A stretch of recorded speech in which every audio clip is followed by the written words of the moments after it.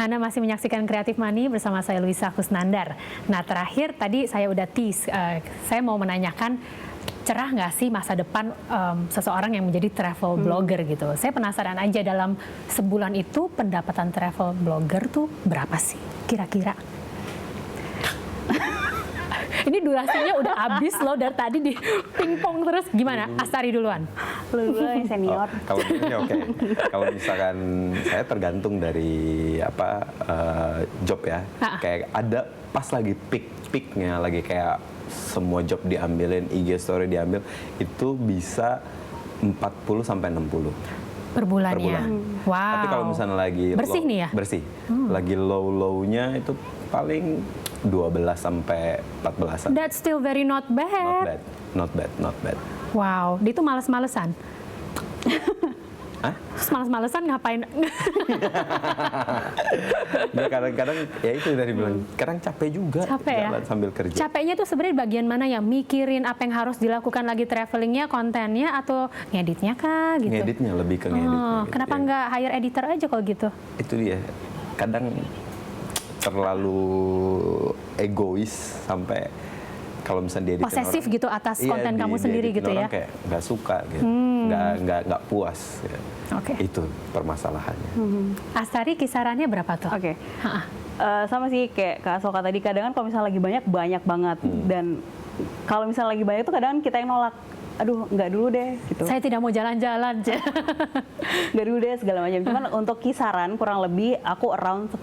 Nah, tapi kalau misalnya emang lagi nggak terlalu banyak banget, kadang kan kita punya kehidupan sendiri ya. Kadang kan ya udah gue pengen jalan-jalan aja, nggak pengen kerja gitu loh. Itu around 7 gitu.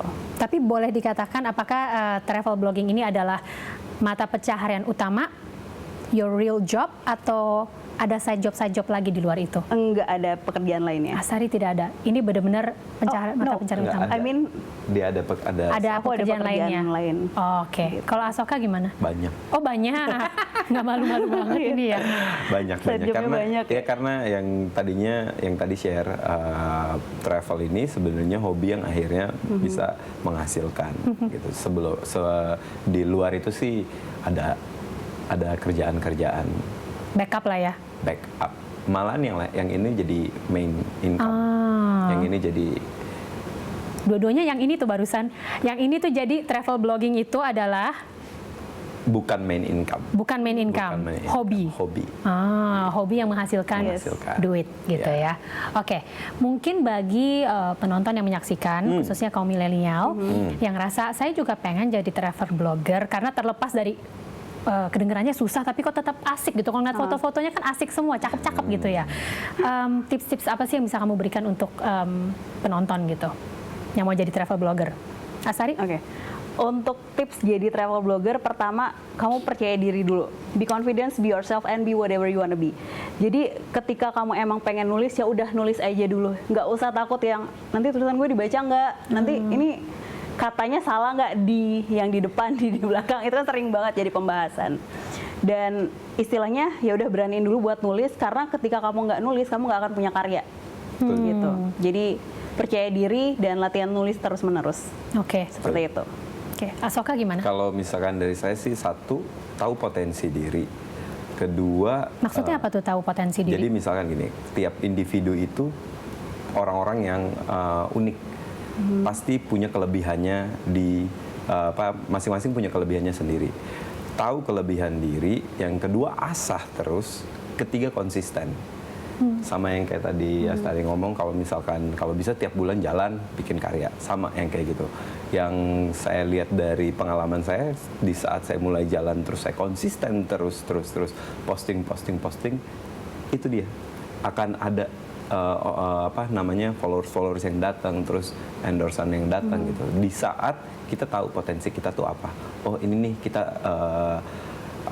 kuatnya di sini, strength-nya di sini. Kalau misal untuk masalah tulis, Astari udah jauh deh. Secara dia emang suka nulis, menang lomba nulis, kayak aja nulis kadang-kadang. Apa yang ada di ini udah aja. Udah nggak ada saringannya lagi gitu ya. Disaringin gitu. Dan kadang ya itu untuk seorang penulis akan mikir, gila tulisannya Asoka hancur banget, berantakan. Tapi untuk beberapa orang yang pas lihat, Kak, pas gue baca tulisan lu, gue kebayang suara lu, gue kebayang apa yang lu ini.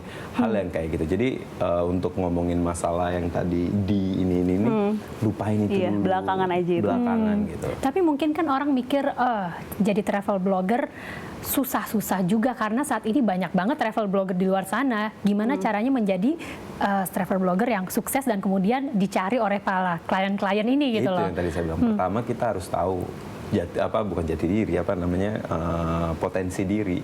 Asah terus. Jadi di situ kita bisa menonjol. Mungkin di tulisan Astari siapa.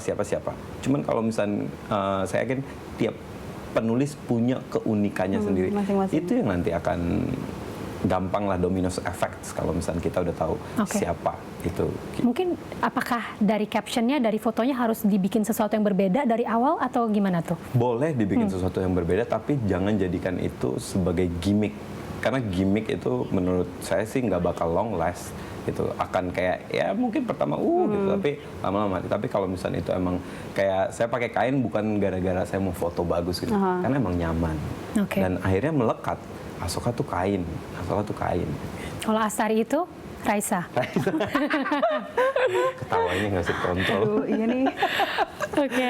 Pertanyaan terakhir mungkin, kalian sebagai travel blogger kan selalu mengajak orang-orang untuk keliling Indonesia gitu kan. Dan tentunya tadi Asoka juga mention kalau infrastruktur di Indonesia itu emang sebenarnya masih not there yet, terutama di daerah Indonesia Timur tadi. Mungkin ada pesan-pesan ajakan untuk penonton di sana yang mikir gimana ya meyakinkan mereka gitu. Oke. Is it worth traveling all the way there? Padahal infrastrukturnya tuh belum nyampe gitu, susah gitu. Gimana? Ya, cuman mau sharing. Kadang yang susah-susah itu yang bagus banget. Bagus banget. Kayak Labuan Bajo dulu susah banget. Dulu Kesana susah kapal banget. masih dikit banget. Tapi once you get there, wow. Kayak mind blowing banget. Ada tempat seongok gitu yang kayak gila ya. Gokil sih. Jadi buat kalian yang kalau mau traveling, jangan belajar dari saya kayak awal mikir infrastruktur ini nggak usah lah, go for it, go. Harus ada sense of adventure-nya gitu ya. Yes. Astari gimana? Ya, beraniin keluar rumah, lihat dunia luar, karena aku percaya Tuhan selalu bersama para pejalan. Gitu. Amin ya. Amin. Oke. Dan saya juga sebagai seorang traveler, saya juga berterima kasih untuk para travel blogger karena kalian-kalian ini kita bisa melihat indahnya tempat-tempat di Indonesia yang so remote, yang nggak terjangkau, dan mengajak orang-orang untuk come on, be more adventurous gitu ya. Baik, terima kasih untuk Astari dan juga Asoka sudah hadir di Creative Money bersama saya.